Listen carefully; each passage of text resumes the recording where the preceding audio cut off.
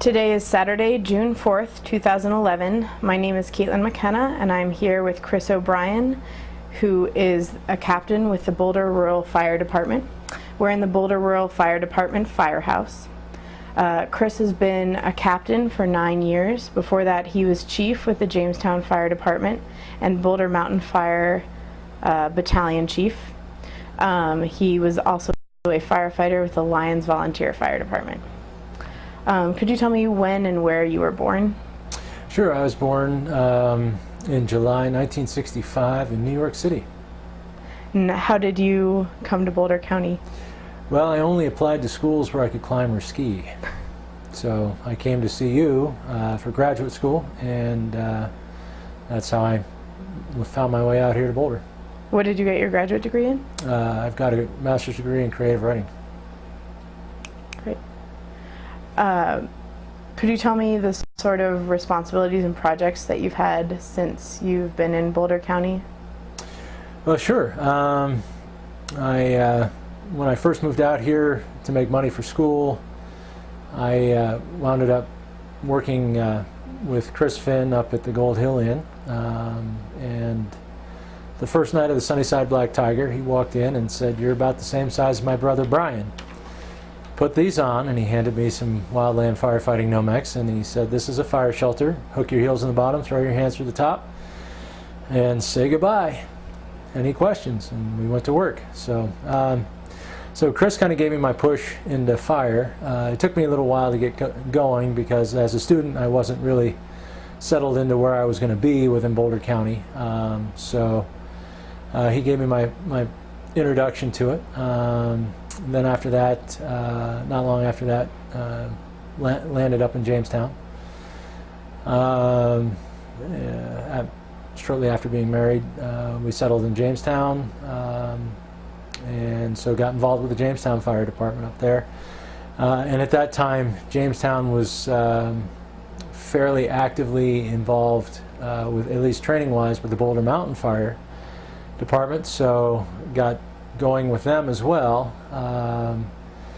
And I worked as a boat builder down in Lyons. So during the day when I was working, I would volunteer with the Lyons Fire Department and assist them because daylights are always hard to get people to show up for calls. So that's how I got going. After a few years of working on the various agencies, I managed to work my way up to the battalion chief level with Boulder Mountain Fire, and was appointed as the chief of the Jamestown Fire Department because of the training and so forth that I had been willing to undergo as a volunteer firefighter. And so made it to the rank of chief. Not long after that, my wife came home and said, "Well, what would it take for you to be a paid firefighter?" And I said, "Well, it'd be all but a second job because testing it's pretty intense. It takes a lot of time and usually takes about 3 to 5 years to land a job when you start testing as a career firefighter." She said, "Well, I think you ought to start trying." I said, "Well, give it a shot." And fortunately for me, second test I took was here with Boulder Rural, and it hit. And so within about 6 months of trying to get a career job, I successfully landed a career job as an engineer with the Boulder Rural Fire Department, and I've been here ever since. Could you go back to when you first became involved in firefighting up in Gold Hill, and tell me about the Black Tiger fire and your first reactions to that situation? Well, it was pretty funny, and I got to say, it totally in line with Chris Finn's sense of humor. But the way he came in, and he was dead serious that he wanted help, and I knew it. I knew him well enough to know that he wanted help, and I was game, and I knew that he would keep me out of trouble. I knew he wouldn't allow me to get into trouble. So I put on the equipment he offered me and rode in the truck, and when we arrived, we checked in and started building line. It's the first time I'd ever seen wildland fire. I mean, having grown up back east, we don't have wildland fire. They don't use fire for agricultural purposes. I grew up in an agricultural area back east, and they don't use fire the way they use fire out here. It was an eye-opener. I remember having seen the fires in Yellowstone in '88 on television, and was pretty blown away by that, but never thought that I would be directly involved with wildland firefighting, but here it is in our backyard, and you know, it seemed like the thing to do. Everybody rolls up their sleeves and goes to work, you know. So I appreciate the opportunity that Chris had given me, and I really think that it taught me a lot right off the bat.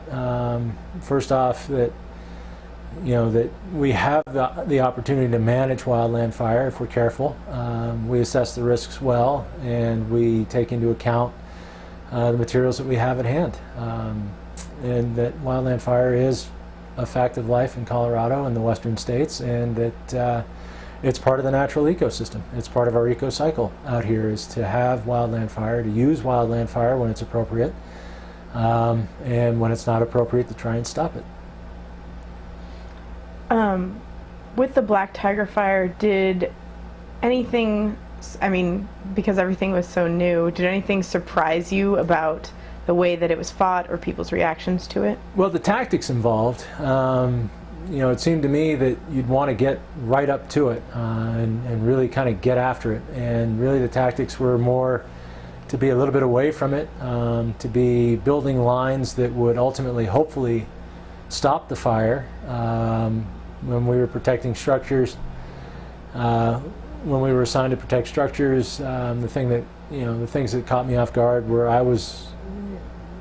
we didn't have a lot of propane where I grew up, so I wasn't familiar with propane tanks, what could happen, and a couple of propane tanks cooked off, and the noise and then the subsequent explosion were pretty exciting. But just, you know, the tactics involved, that, you know, we'll pull back, we'll build a line here, we'll wait for the fire to come to that line, and then we'll attack it when it gets to the line. Kind of the idea of removing the fuel, removing the opportunity of the fire to work a course that we can't stop. That was completely new, and at first it took me aback. You know, it seemed to me that you'd want to be aggressive, that you'd want to be in there, kind of right up against it. But then thinking back to what we would see from the Yellowstone fires in '88. Where it was just walls of flame, there's no way you could get that close to it. And same thing too with Black Tiger. When the wall of flame would move, you couldn't get close to it, and you really felt it. And it would drive you back. It would push you back. So it was great to be with somebody who had a fairly clear knowledge and understanding, and was careful, and was a good teacher. So, yeah. What sort of firefighting innovations, either in equipment or tactics, have you experienced since you started? Well, obviously, use of aircraft is always interesting. The problem that we run into with use of aircraft is that the aircraft that we're using are old, and so we have to be particularly careful, because we're endangering not only the lives of the pilots but the lives of the people on the ground. But the thing that, when I first started with firefighting, that was interesting to me about aircraft was that the aircraft doesn't put the fire out. What it does is it gets the fire back down to the ground, and then the people can put the fire out down on the ground. So I really had a complete misconception of how aircraft was used when I first started firefighting. There are new foam solutions that are being used in the wildland now that assist us with allowing us to pre-treat certain areas, to be able to go in, put down a blanket of foam, and then move on to another area, and know that if the foam doesn't actually stop the fire, it slows it down enough that when we get back in there, we can finish extinguishing it in that area. And a real eye-opener for me, as part of my training at the upper levels of wildland fire management, was thinking of a fire front not as a wall or a flat wall of flame, but actually as a curve. It has shape to it. Not only is it moves in 3 dimensions. I oftentimes, with new recruits on our fire department, say fire's like water without the rules of gravity. It'll follow the path of least resistance. It'll follow the opportunistic ways or paths of getting around things. So it will go where it's easiest for it to go, and it will take everything in its path, much like water would. So What types of fires does Boulder Rural Fire Rescue deal with the most? More often than not, we see more wildland fire during the season than we do structure fire. We prepare for, train for, and fight both types of fire. Our track record in terms of structural firefighting is very good. In the last 10 years, we've been essentially able to stop every fire that we've been called to in our district within the room of origin, which we're very proud of. However, more often than not, we see wildland fire. We see agricultural fire that's escaped. We mutual aid into the mountains. We have mountainous district. Part of our district does cover into Sunshine Canyon. So we do work closely with our mountain neighbors, and we are always ever ready to go and help, to be on the line and working with our neighbors and helping stop fire. Can you give me specific examples of the fires that sort of stick out in your mind since you've been captain? Well, obviously Sunnyside Black Tiger was a watershed fire for me, but other big ones, I've been on the Old Stage Road area on 3 different fires, major fires. The last one being just about 1.5 years, 2 years ago. I was on the Overland fire. That was just outside of Jamestown. It started at the intersection of Ballarat Road and James Canyon Drive. And actually that fire was a little interesting because it was very wind driven. Most fire likes to run uphill. That fire actually burned 5 miles downhill and across a series of ridges. The Fourmile fire, of course. Definitely a landmark fire in Boulder County, both for the resources that were used and also for the amount of loss.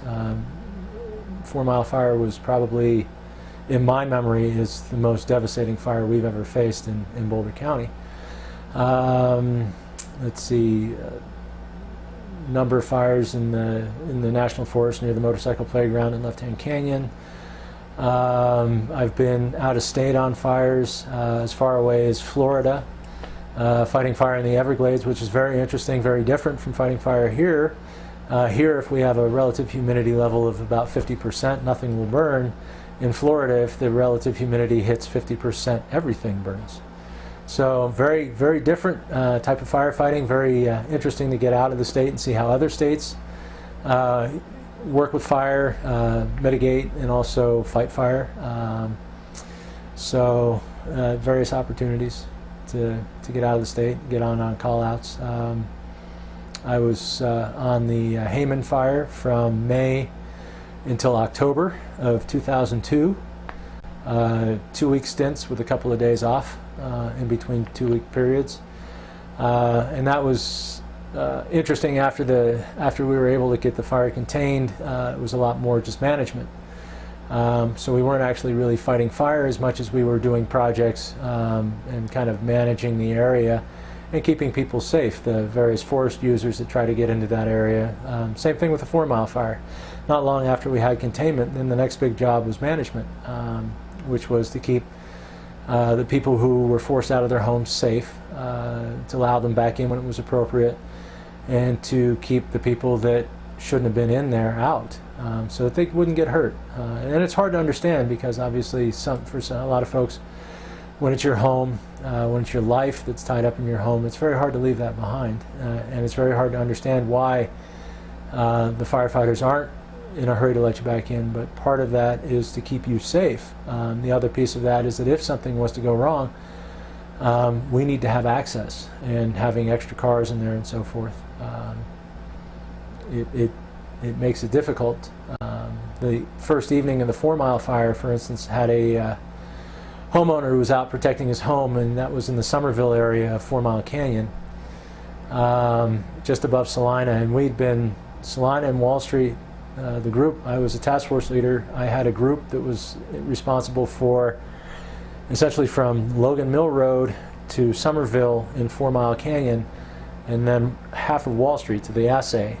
The other task force leader I was working very close with, a good friend of mine, Mike Smith from the Forest Service had from the assay out, and he had to Sugarloaf and to Gold Hill on the Switzerland Trail.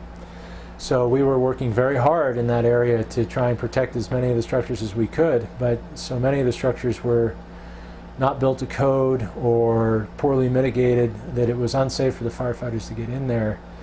And we were literally going from house to house trying to stop fire. In fact, when the Salina Station caught fire in the 4 Mile district, I was there. I requested one of my Type 3s to come up to me, and they came to me and they did what any firefighter would do. They started stretching their hoses directly at the burning firehouse, and I said, you know what, guys, it's up in the roof of the firehouse is lost.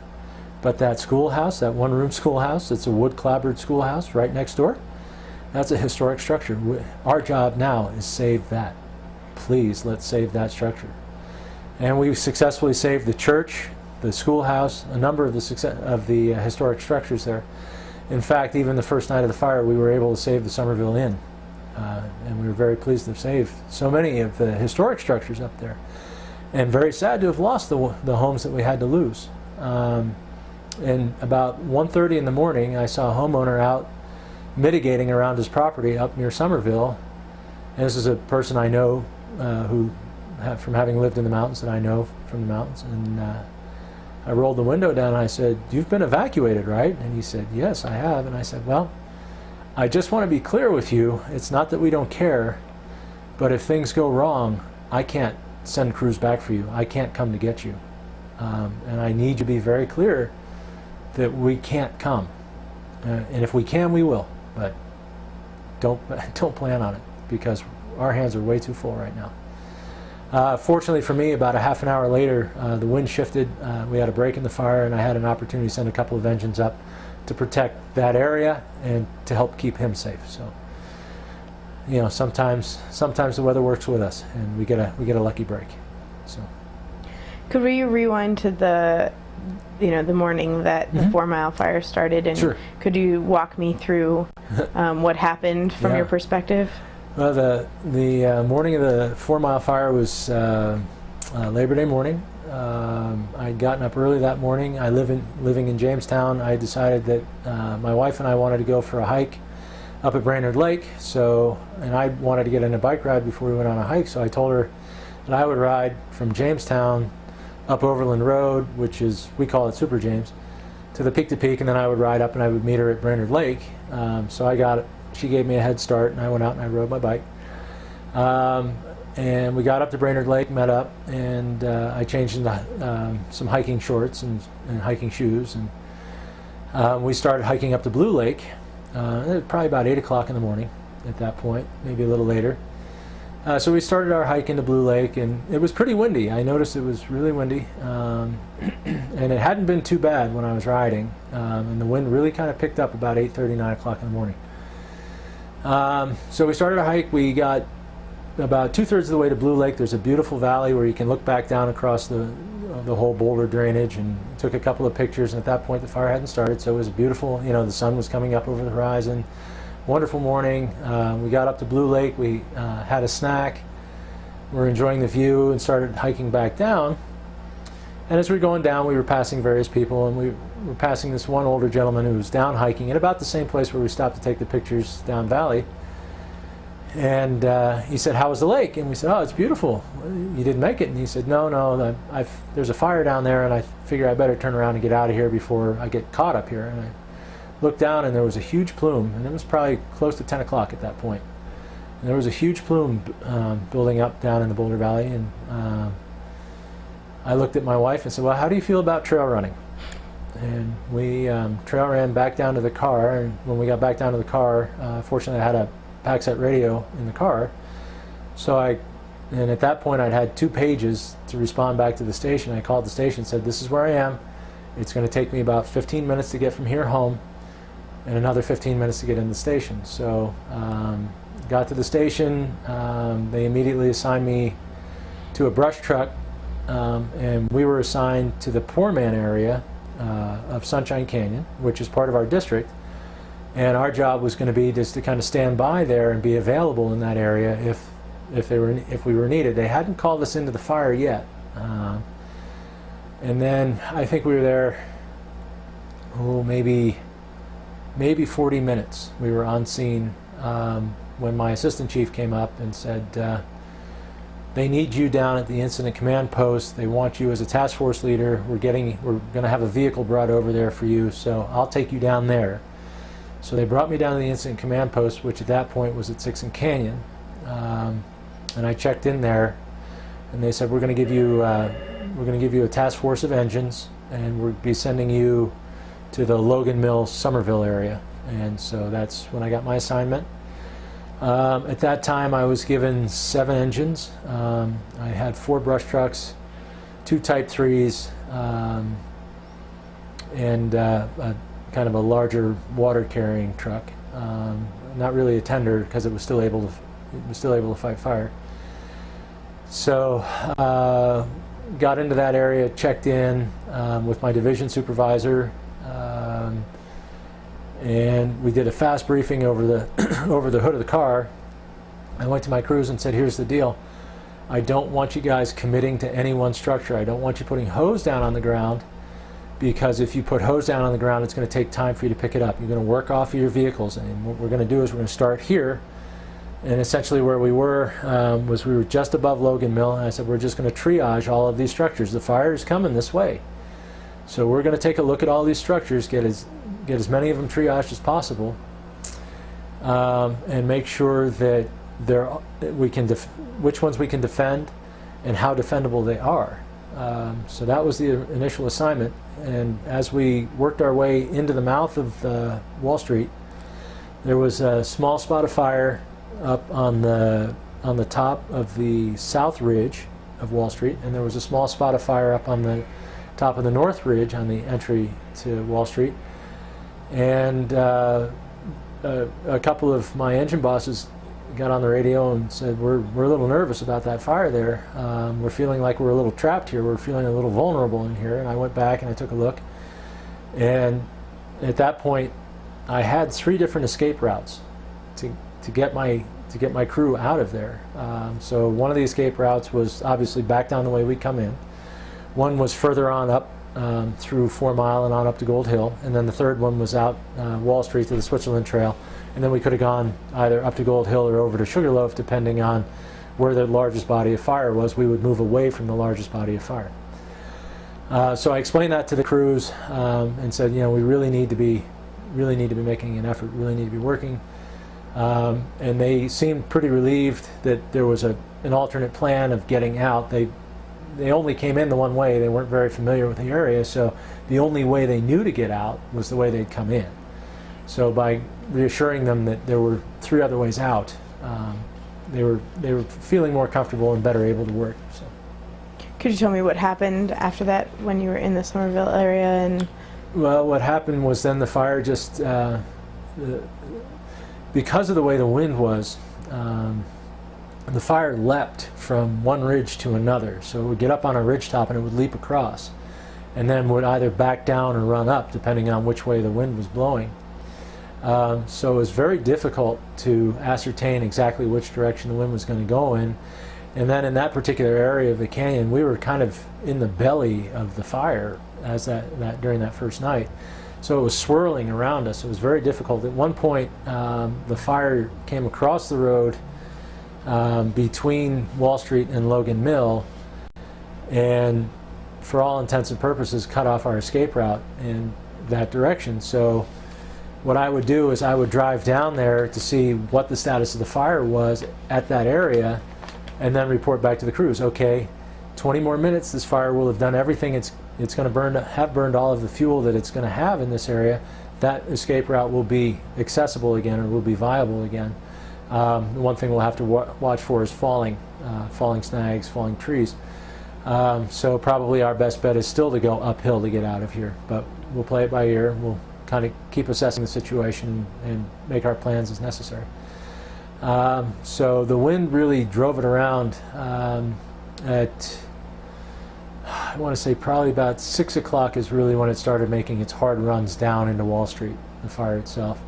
It was coming down both of the ridges on either side, and coming down into the backyards. And we were doing, at that point it became a house to house, and we were trying to manage crews between, you know, the section that I had, which was from the assay office to Fourmile, and then into Salina and up to Somerville, trying to manage the equipment to make sure that we were protecting as many of the structures as we possibly could. We got a break, I would say probably around 9, maybe 10 p.m. A couple of structure engines showed up that were able to defend some of the homes directly on Fourmile Canyon between Logan Mill and Wall Street. But at that point, unfortunately, we'd already lost a couple of homes in the canyon. So we started getting some resources, but it was difficult and it was late. But in a situation, in a fire like that, for a lot of people, that fire will wind up being a career fire. That will be the biggest fire that a lot of people ever see in their career in firefighting. And in the initial phases of it, we were using everything that we could. And the difficult piece in that, of course, is the level of training. We need to use as many resources as we have on hand, but we also need trained resources. We can't have resources putting themselves in a position where they endanger themselves or they endanger other crews because they've put themselves in a bad position and they need help. So it becomes very difficult to have to look at somebody who lives in that area and say, no, you can't be here because of these things. It's very, very hard. It's very hard when they don't understand. They don't look at it that way. The easiest place in the world to fight fire is in somebody else's district, because you're more able to make better risk-controlled decisions. You're not as emotionally attached to that particular area. So that's not John's house. That's a house. And it's terrible to lose a house. It's not that we plan on losing houses, but it's easier when you don't know the person who owns that house to be able to say, you know what, that house is gone, and there's nothing that we're going to do that's going to save that house. And by fighting fire in that house, I risk my crew when there are other houses that we can save. It's a hard decision to make. It was the other task force leader that was in there that night, who was with me when we started losing homes. It was really hard to look at one another and say, we're losing. Do you have any resources you can spare? It was very, very difficult to make those decisions, to say that one's got to go and we'll protect this one. Very hard. How many firefighters were you with who did lose their homes in the Fourmile fire? I don't know. Most of the crews that I had a crew from Gold Hill, and they were very worried about their homes, and it was very hard. They asked me a number of times during the fire if they could be released and allowed to go into Gold Hill, and I couldn't release them. I kept having to explain, no, I'm sorry, I can't release you. You're assigned to me. I'm responsible for you. This is the area that we're responsible for. We have to stay here and fight fire here. The best thing I can tell you is that there are other firefighters from other areas that are being assigned to your area, and they are fighting fire in your area, and they are doing their best, as we will do the best that we can for the people here. There were a couple of folks from 4 Mile that were in there, and the last I saw them was probably about 7 or 8 o'clock that night, and I have a feeling probably 1 or 2 of those guys lost their homes, and that would be a really terrible feeling, to be there with an engine and know that your house is gone. I can't imagine. But on the other hand, during the Overland fire, which was at one point during the day, it was pushing down into the town of Jamestown, and I had the division that was essentially the north edge of the fire, so from where the fire started on up to the top of the ridge, and then across the ridge, across the Ballarat Ridge to the east. And then there was another good friend of mine who had the division that essentially was structure protection of Jamestown. And I got on that fire about 6:30 in the morning. I think it was probably around noon. I was talking to the station on the radio. I was talking to my chief on our company channel, and he said, I've sent 2 pickup trucks up to your house to help Jen and the boys get moved out. My sons at the time were substantially younger. And is there anything you need? I said, no, Chief, I think we're in good shape.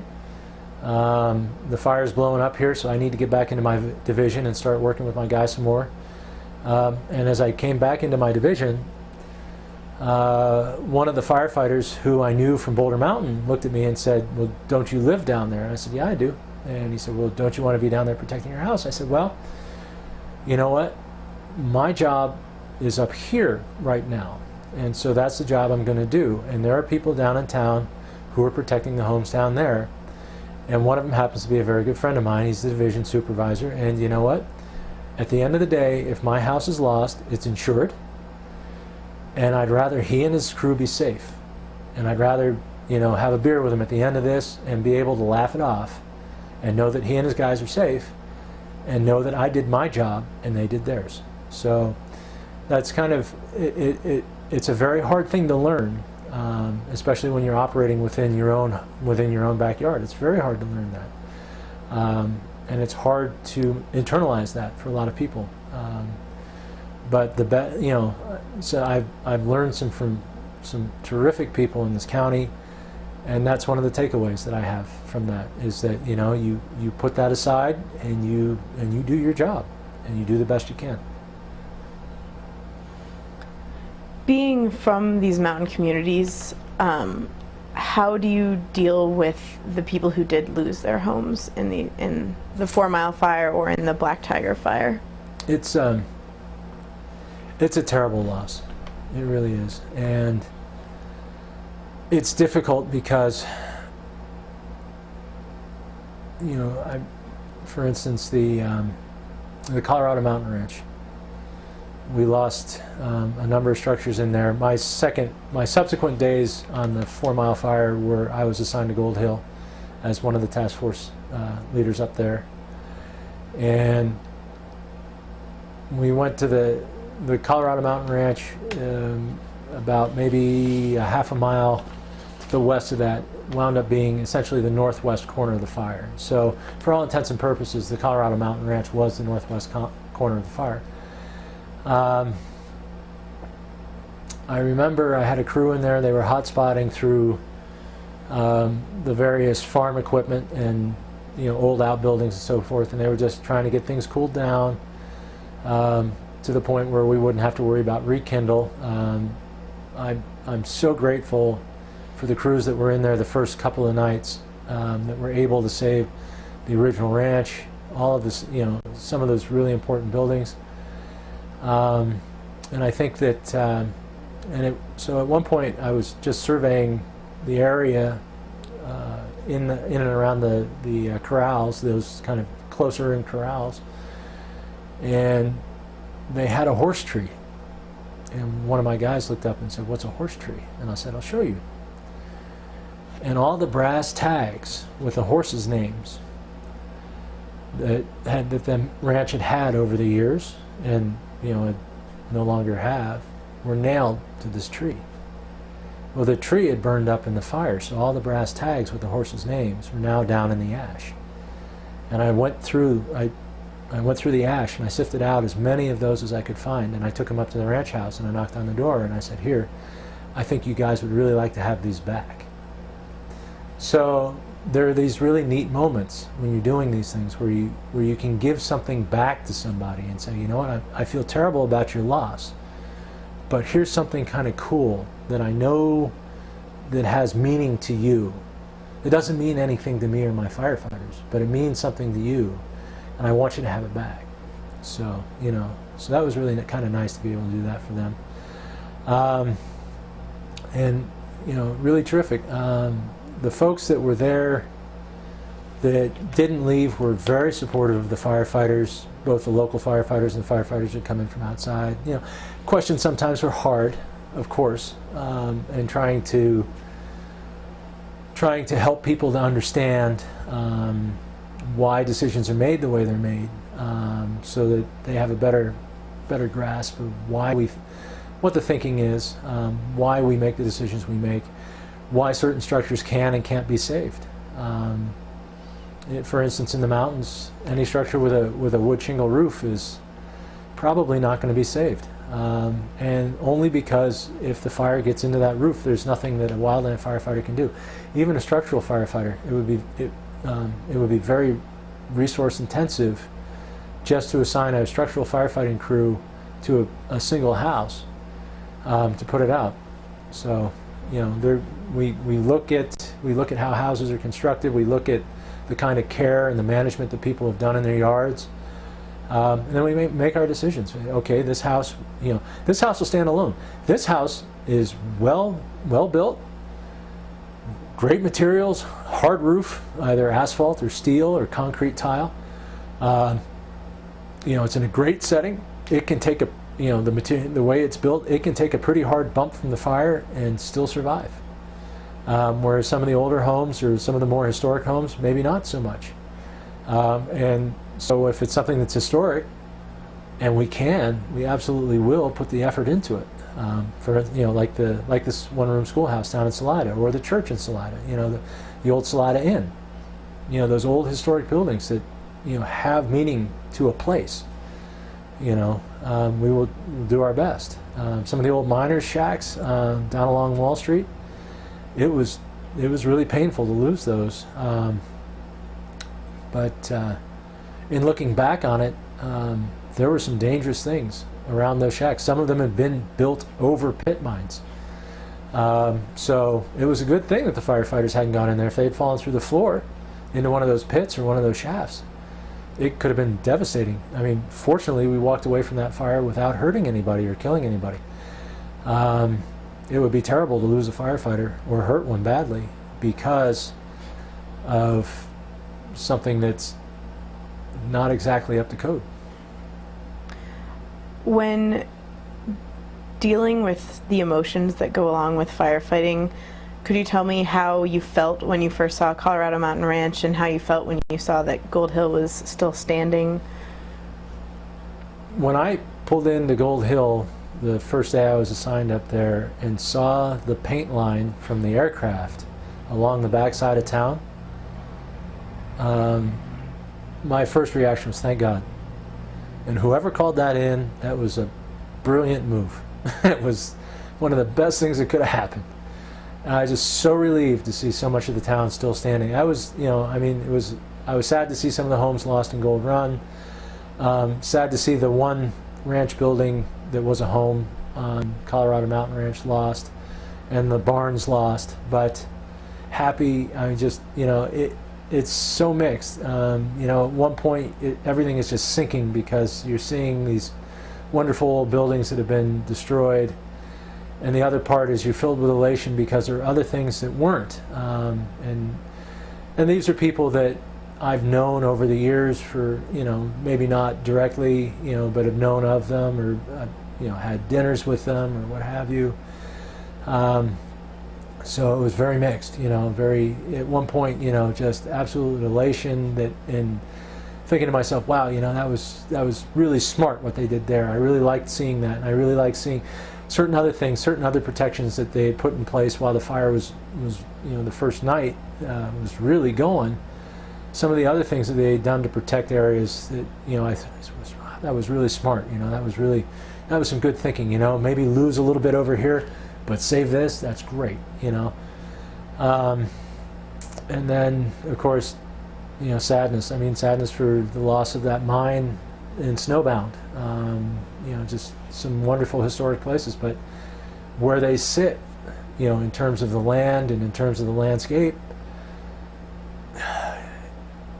we probably couldn't have saved it anyway, which is, it's sad to say, but when the fire got moving and it was in the direct path, you know, and what a lot of people don't realize is that sometimes the fire lays down, but when it's laying down, if it's being pushed by the wind, it may only appear 6 or 8 inches high, but the flame length is actually 4 or 5 feet long.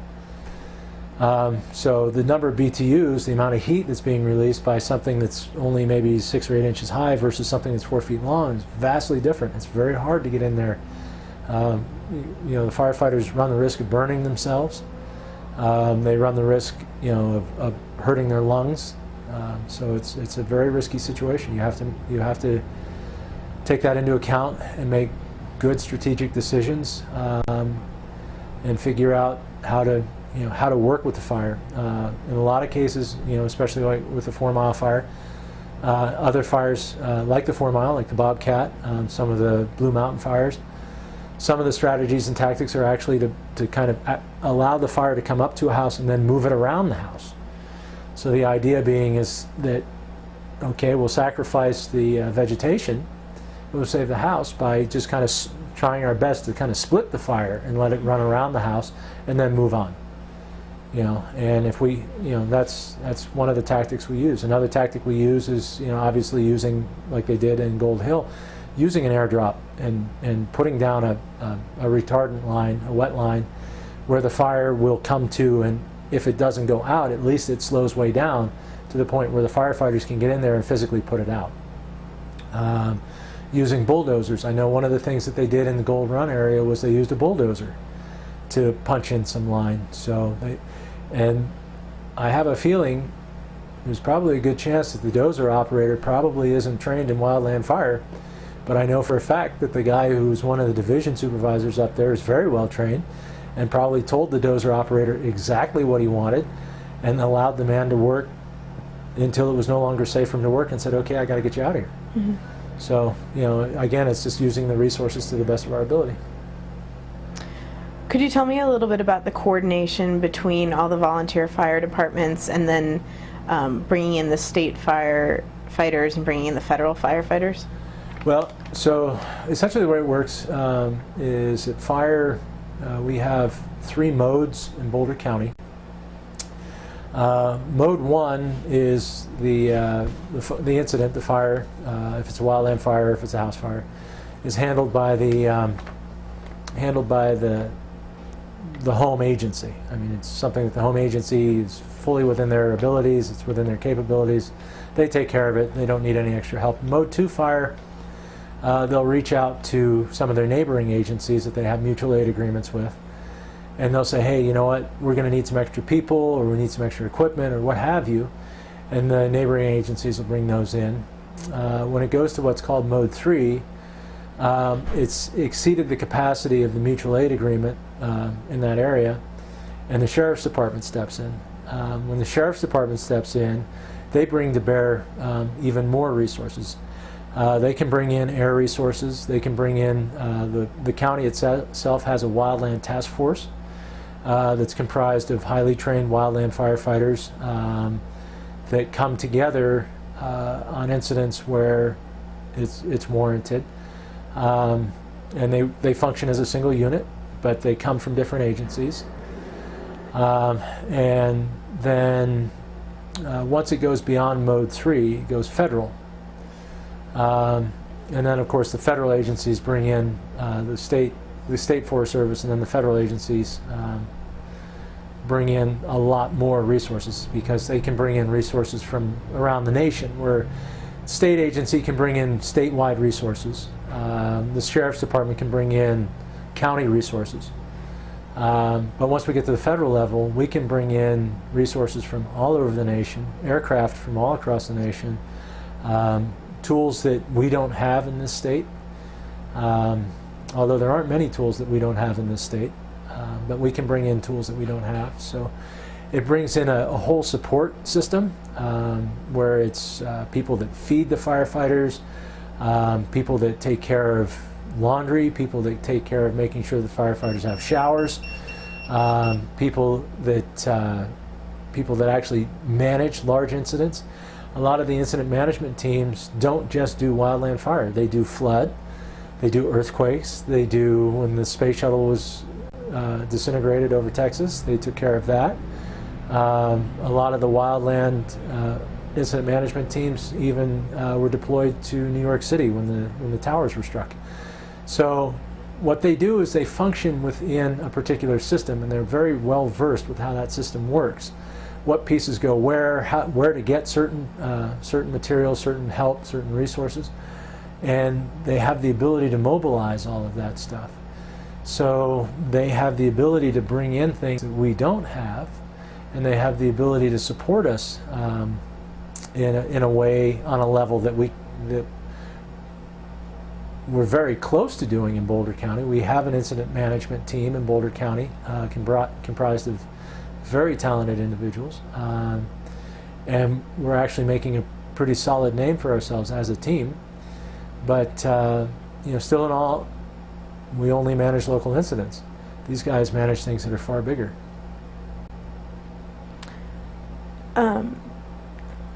Could you tell me a little bit about what it was like to deal with people who are career firefighters and who are incident managers up in the mountains, in your own backyard with Sure. the people that you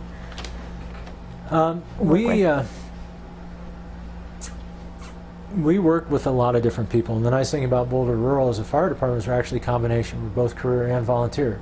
In my background, I came from volunteers, so for me it's the best of both worlds. I enjoy being paid to do what I do. I love my job. I'd never trade it. By the same token, I really enjoy working with volunteers. I think that they are the heart and soul of firefighting, especially in small communities. I think that there are two mindsets. Certainly, anybody who's working within their own backyard, they know who lives at that house. They know who lives at that address. They know the family, and probably have known the family for a long time. So they take it very personally when we start losing. And firefighters in general, they do. They take it personally when we lose. We don't like to lose. We don't. Career firefighters, they live fire, is probably the best way to put it. And not to say that a volunteer firefighter isn't skilled or talented, but when you're paid to do something else all day long and then do fire or EMS, you'll be good at it because you're interested in it. The whole reason you're doing it is because you're interested in it. So you'll be good at it, but it's a different level. If somebody was a computer programmer all day and then was a volunteer firefighter in their community in the evenings or on the weekends, they would be decent at what they do, but it would be like a career firefighter volunteering to be a computer programmer. They'd be okay, they would know, they would have the foundational stuff, but it's not what they do all the time. Whereas a career firefighter, it's what they do. It's their lexicon, it's their life, it's what they do. Now, I think both sides usually come together very nicely, especially in a large incident. The fact of the matter is, we're all going to have to work together. I mean, we have to rely on one another, we have to trust one another. You can have somebody who's a volunteer who's an outstanding responder, and you can have somebody who's a career guy who's weak. I mean, it goes both ways. So the trick for the managers is to figure out which ones are the strong ones, which ones are the weak ones, and try and keep everything moving forward in a way that's productive, where nobody gets hurt, nobody gets killed, please, and that we do it in a productive manner. So we try and put strength with weakness and weakness with strength, and work together so that we have the best possible outcome. What was it like at the headquarters at the res, or up? Were you at the Gold Hill Inn at all during that time? I was at the Gold Hill Inn. I was at the ICP at Sixth Canyon when it first started. So that was chaotic. The folks at the incident command post there at Sixth Canyon at the beginning of the fire were coming from behind the curve. They've been dealt a huge hand of cards, and of course, because the initial response was coming from a number of the local agencies, they weren't even sure exactly how many or who was out on the mountain. They had no idea how many firefighters were already up there, what resources were already committed. And they had some idea. Some of the dispatch information was available, but not all of it. So what they tried to do during those first few hours at that initial command post is to kind of organize, make sense of the chaos. Okay, we've got so many resources in Gold Hill, we've got so many resources over here in Fourmile, we've got so many resources over here in Sunshine, we've got some in Poor Man.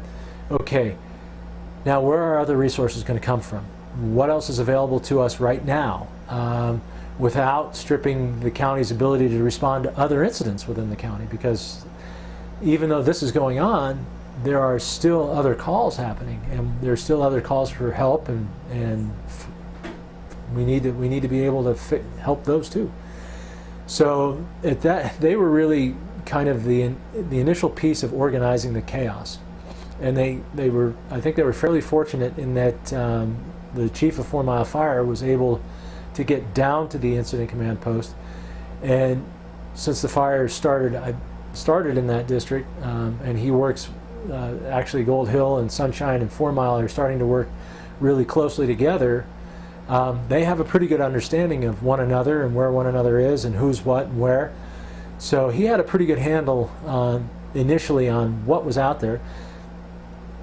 I don't know if he knew everybody or not that was assigned or committed, but I knew he had a pretty solid handle on essentially what was out there and who was where from the local agencies that were initially dispatched to it.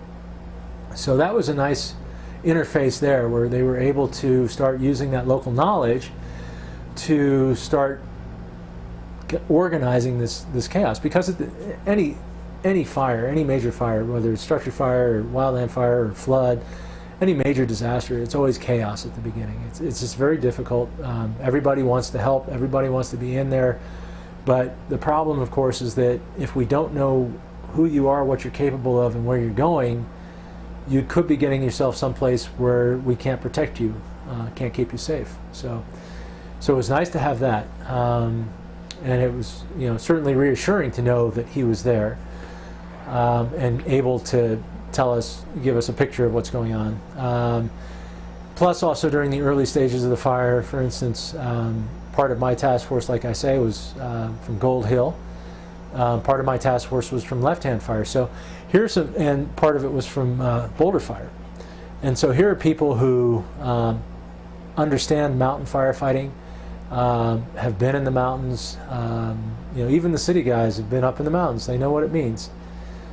So at the onset, I felt pretty fortunate with the group that I had as a task force, because I had guys that are from Boulder and from Boulder County, so they understand the way that county response works. Plus, they also understand mountain firefighting. So I had that going in my favor, which was, as somebody who's got to help to organize the chaos, it was huge. It was a huge help to be able to know that, and of course then there were other people who were out and about helping to organize things that were former fire chiefs from various mountain districts, or current fire chiefs from various mountain districts who were available to say, hey, if I had a question about where the fire would bump into if it went a certain direction, I knew there was somebody out there I could call and say, will it bump into anything of significance if it goes this way?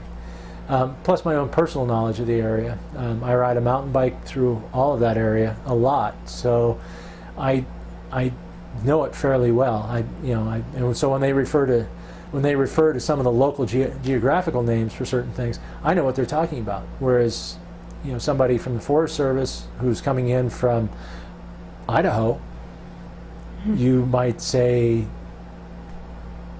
I don't know, Chicken Hill. And they'll look at you and say, it's not on the map. Of course it's not on the map. We know what it is, but you don't know what it is. I'll show you what it is. So it's those kind of things, knowing that, knowing that local geography, knowing what people call things, the various gulches, the various ridge tops and so forth. They're really helpful, really helpful. I'm going to switch out the tape, Sure. if that's okay. Just 1 second.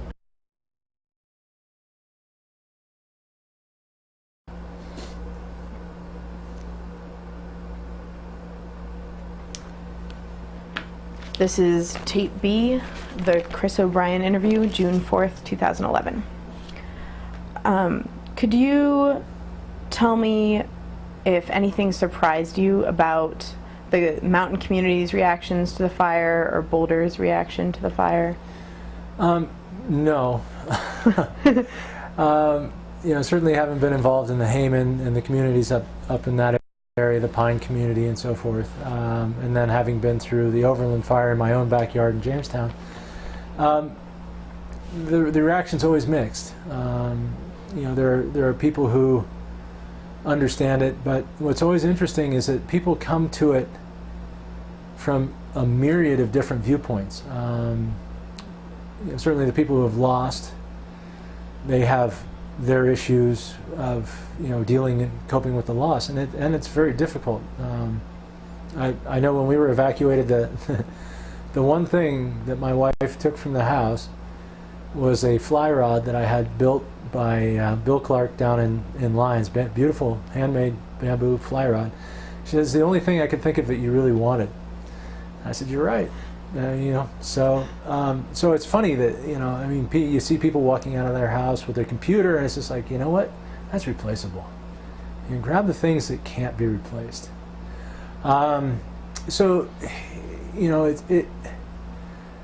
It's traumatic. Folks they go through the 7 stages of grieving, really and truly. Why'd this happen? The denial, why us? I think, there was anger, of course, and certainly there was some anger directed at some of the firefighters early on, because why aren't you doing this? Why aren't you doing that? Why? And it's hard to explain that I have to do what's best for the greater good.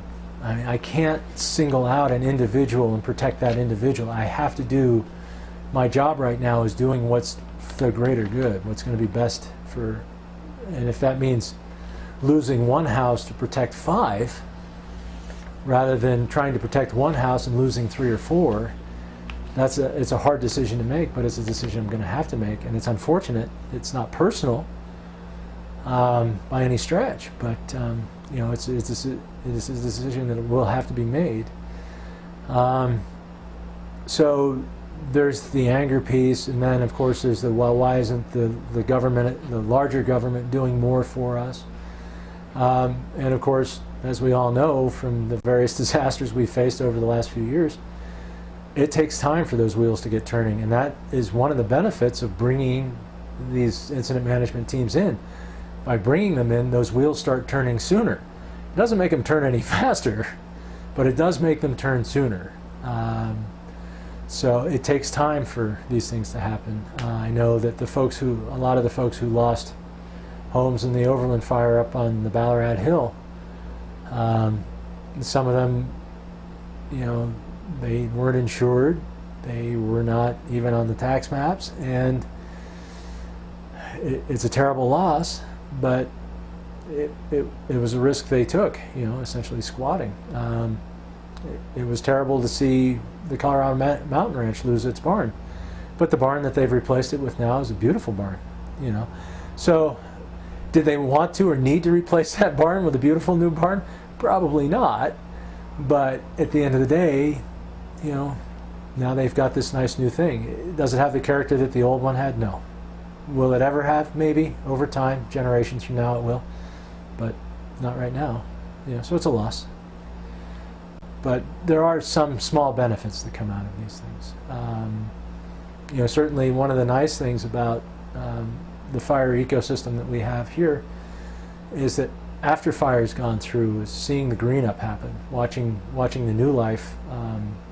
A lot of our pine trees don't reseed without fire, so it's a useful benefit to certain types of pine trees. So there are benefits to fire. Hard to see that when it's your house, but there are benefits to it too. How long did it take for you to gain this perspective? Years. Yeah. you see a lot of loss. It's interesting because when I started as a firefighter, it was also exciting. And of course, as a firefighter, the decisions I was making didn't have the impact that the decisions that I now make do. So it was exciting, you know.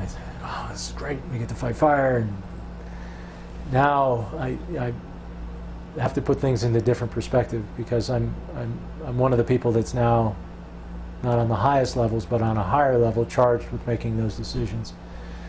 And they're hard decisions to make. And sometimes it's a very uncomfortable decision to make. That you're looking at somebody's life, essentially, what they've tied up in their home, and having to say there's nothing more we can do for this. It's really difficult. So I hope one of the things that comes out of this is maybe some of the firefighters that come along after us who see this can learn from some of the things that some of us have seen and help to put things in perspective, to help them to make good decisions, to keep them safe but also help other people. Is there a learning curve that you see in new firefighters as they get, you know? Yeah. Yes, there is, and it's pretty wonderful to watch. You know, when they're new and they're nervous and they're anxious and they're ready to go.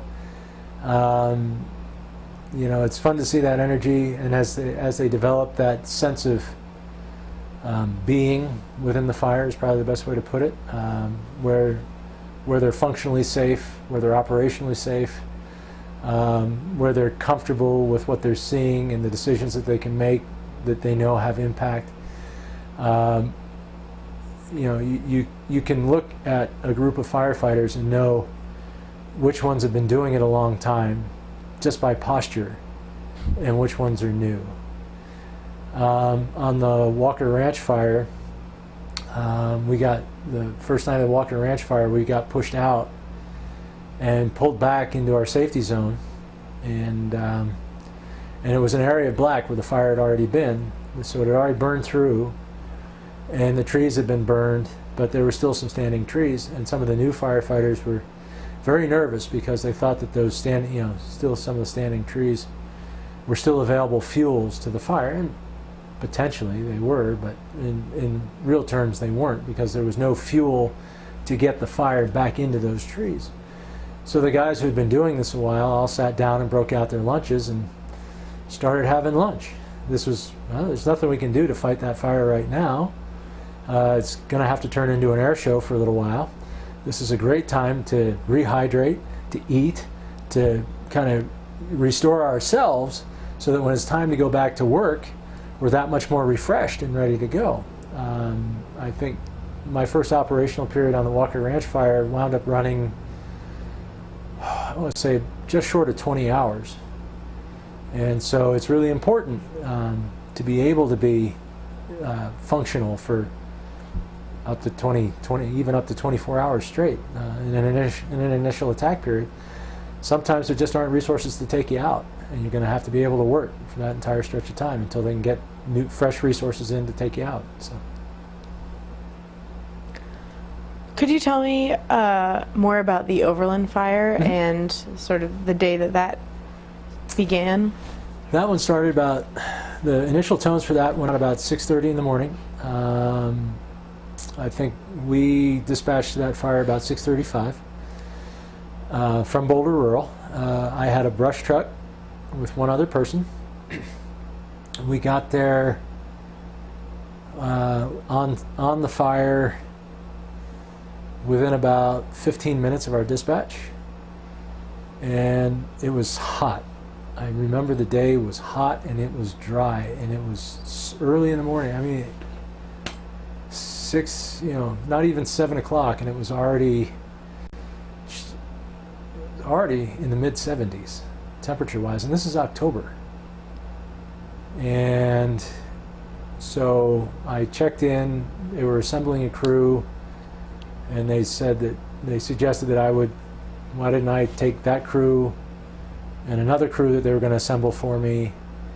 And I would have that division, they would call that Division A, it would be the north side of the fire, and I would work that line. So that's what I did. My initial crew was comprised mostly of members from Boulder Mountain Fire. I think some members from Boulder Rural as well. And we started in at the southwest corner of the fire and started working our way directly north. And I was ahead of the crew, flagging a line so that they would know where we wanted to put the line that they were putting in. And I had a couple of Sawyers out in front of me. The Sawyers were from Boulder Rural. And I had gone on ahead and bumped into Greg Toll, who was a safety officer, and we were standing in a meadow, beautiful meadow. And I looked at Greg, and it was probably about 9 o'clock at that point in the morning. And I said, at the time, I said, "Hey, Greg, I'm thinking about burning this meadow out for a safety zone for because I've got a couple of crews coming up the hill, and I want to have an area big enough. And the fire is kind of active over here, so I want to make sure I've got an area big enough to protect these guys, and this meadow is big enough. I'll just, we'll get a couple of fusees out in there, and we'll just burn it out." Greg said, "That sounds like a good idea." So we started just chatting, catching up, and 3 fire whirls about 6 feet around and about 30, 40, maybe a little taller than that high, ripped right across the field. While we were talking, I said, "Or we can just let the fire burn it out for us." So it's never predictable, Actually, not long after that, my Sawyers were working ahead through a stand of what we refer to as dog hair, which is just those little regenerative growth pine trees. They're new growth. And they were working through a stand of that, trying to make a line wide enough so that when they put the hand line through it, there wasn't a risk of fire getting on either side of the line. So the Sawyers were working through there, and the fire actually got into those trees and pushed the Sawyers out of there and pushed them back down. So we went pretty direct, and it took us the better part of the day to work to the top of the ridge, and it was a slog to get up there.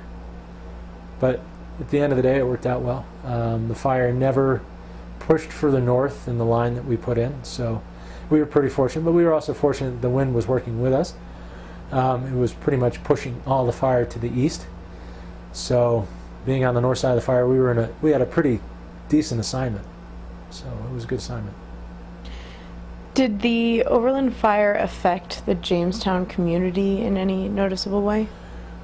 Well, we lost, I think, 4 or 5 homes. It certainly raised the fear and awareness in the community. Not that people weren't already conscious of fire, but until it happens in your own backyard, it doesn't have that same impact. You're aware of it, you're conscious, you're careful, but when it happens like that, it really drives the point home about the necessity of mitigating, the necessity of being careful with fire, respecting fire, not being careless, and also the need to work with one another. I mean, it was very important. If it was just Jamestown and Left Hand that had to try to control and manage that fire, they don't have enough resources.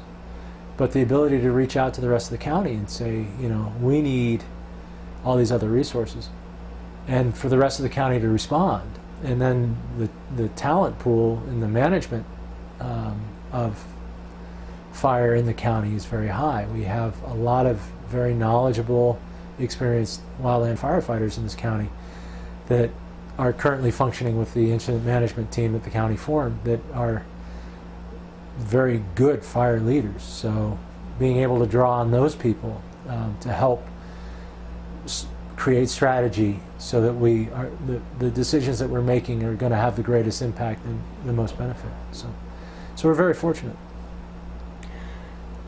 Did the community response to the Overland fire compare in any major ways to how the communities of Boulder, Gold Hill, or any of those mountain communities from the Fourmile Fire responded? There are similarities. Certainly the anger piece, the various stages of grieving pieces.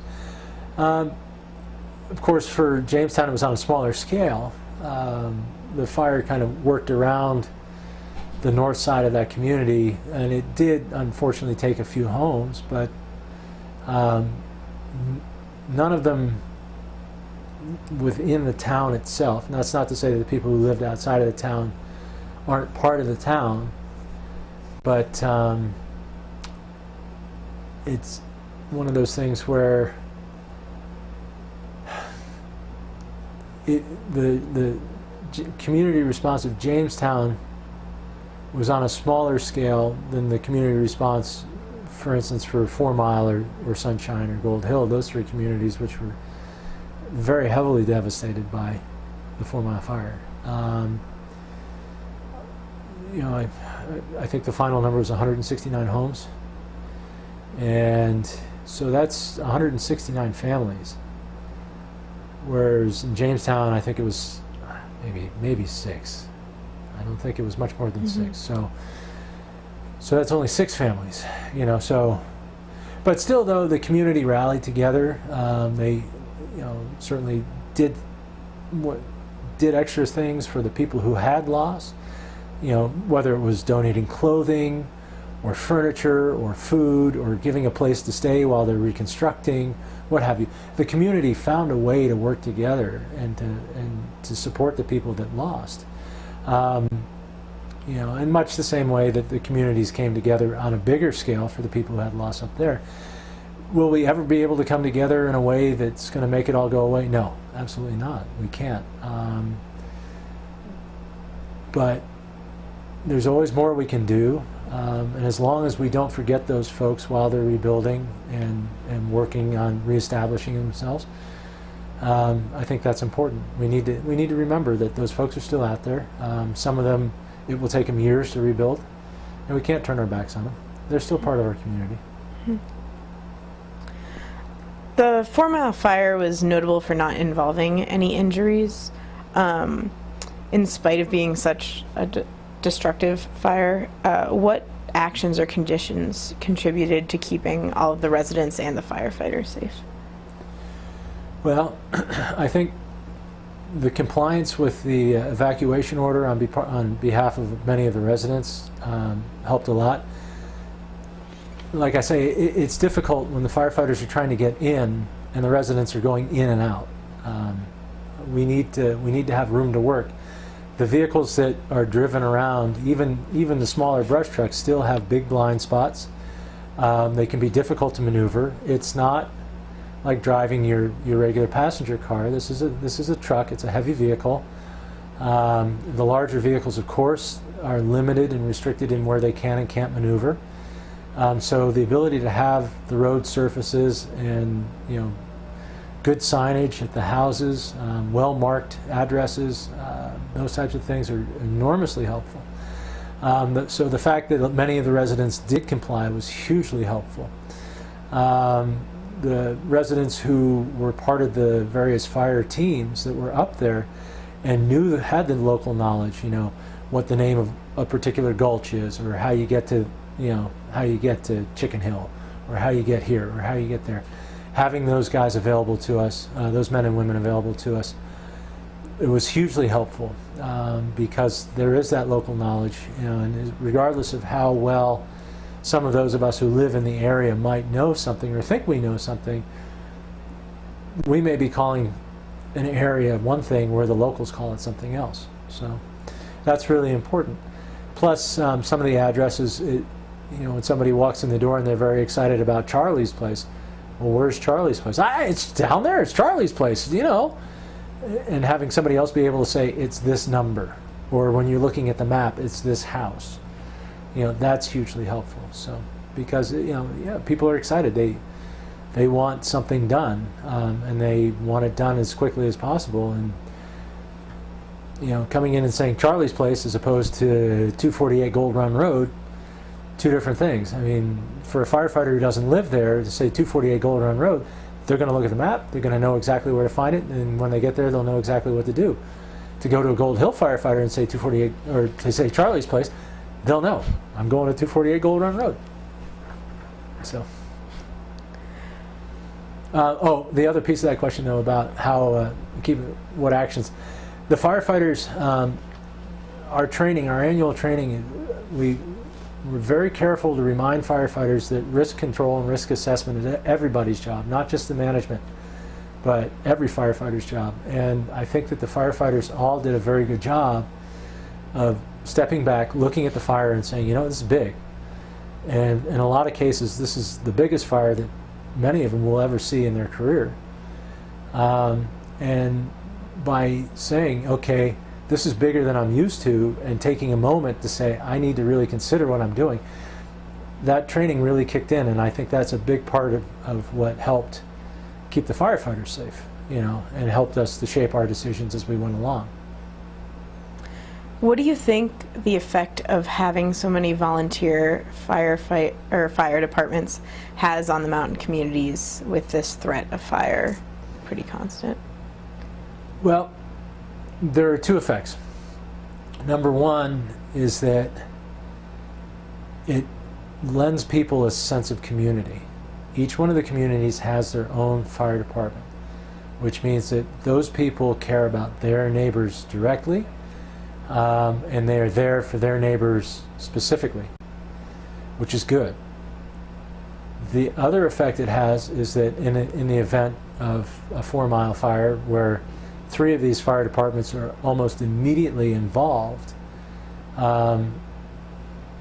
it can be deleterious, which is to say that 4-mile is going to Gold Hill and Sunshine Fire for help because they're the ones they work most closely with. But once those resources commit from those 2 communities into that other community to help, which is what everybody's going to do, now those other communities are less protected. So somebody's got to be available to protect those communities. So it's a double-edged sword. On the one hand, it's really nice for the community, you know, that community character, that sense of community identity. On the other hand, it's difficult because we need to remember that we need to be fluid and we need to be dynamic in a large incident like this, and we need to have the ability to shift our resources where we need them. By getting the county involved, that aided Gold Hill and those members of Gold Hill and Sunshine who had committed down into 4-mile. Now that aided them in protecting their communities. So we have a long history of mutual aid agreements among all of the various fire departments. They're pretty solid. They tend to work pretty well. There are occasions, but for the most part, I think, you know, the folks in the mountains understand that we're a small department. We'll do the best we can for our community, but we are going to be looking for help. Would it have been different if, for instance, if Gold Hill and Sunshine and 4-mile had all consolidated? Maybe, maybe not. You could have taken a consolidated fire department that was those 3 fire districts and dumped all of their resources into that one area, and then not had any resources left over. So it's hard to say, but I think the one thing that Boulder County has going for it, especially through the Firefighters Association, Fire Chiefs Association, is that there is this long-standing history where the various agencies do mutual aid with one another, and they do help one another when necessary, and the other agencies, when something is major, are paying attention and are going to say, you know, we're available if you need us. We'll go into your district and we'll cover your district, you know, and that's, you know, we plan to do that. What advice would you give to people who are living in the urban wildland fire interface? Look at your roof. Look at the things that your house is constructed with. If you can, get on the FireWise website and take a look at the tips that they have for mitigating your home. all of the nice things that you like to stack out on your patio, the chairs, the welcome mats, all of those things. In the event of a fire, take them off your patio, put them in your garage. Take them, if you've got a wood roof, please replace it with something that's non-combustible. If you can, mitigate. Do not allow tall fuels, grasses or shrubs to touch up against your house. A lot of the homes that were lost because the fire crept back down in the grasses or the duff, would get into the shrubs that are sitting next to the house, and next thing you know, the house is gone. So, I'm not saying put rock all around your house either, but use your resources. A lot of the local fire agencies can help you with wildland mitigation. Fourmile has a mitigation crew. Sunshine has been working with Fourmile with mitigation. Boulder Mountain has a mitigation crew. Left Hand has a mitigation crew. Get in touch with your mitigation crews. Let them come and assess your property. Let them let them give you a plan for what's a good way to keep your property safe. One of the best examples that I've seen of solid mitigation is at the top of the Sunshine Saddle. It's a firefighter who works both with Sunshine Fire and Boulder Rural Fire. He had taken the time to mitigate around his house. You can see where the fire literally split and went around his house because he had mitigated. There's a huge argument to be made for it. The folks that have mitigated and taken advantage of it, it's been, in many cases, it saved their homes. So that would be my biggest thing. And then get trained. If you want to be part of the fire department, go be part of the fire department and get trained. Boulder County is great. They do a wildland academy every year. They do a structural firefighting academy twice a year. No better way to learn, and no better way to help your community. You initially came to Boulder to get your master's in creative writing. Mm-hmm. Have you noticed that being a firefighter has had an effect on your writing? Well, it's certainly given me food for thought. It's a little bit of subject matter, maybe. I think that when I retire, I'll sit down and really start writing again. I kind of joke now and say I do a lot of creative writing. I write reports. But yeah, I'm looking forward to being able to recount some. I think I've been really fortunate with the people that I've known in Boulder County and the experiences that I've had, and I'm looking forward to taking advantage of that one day. Is there anything that I didn't touch on that you would like to talk a little bit about? I can't think of anything. Okay. Well, thank you very much. Thank you.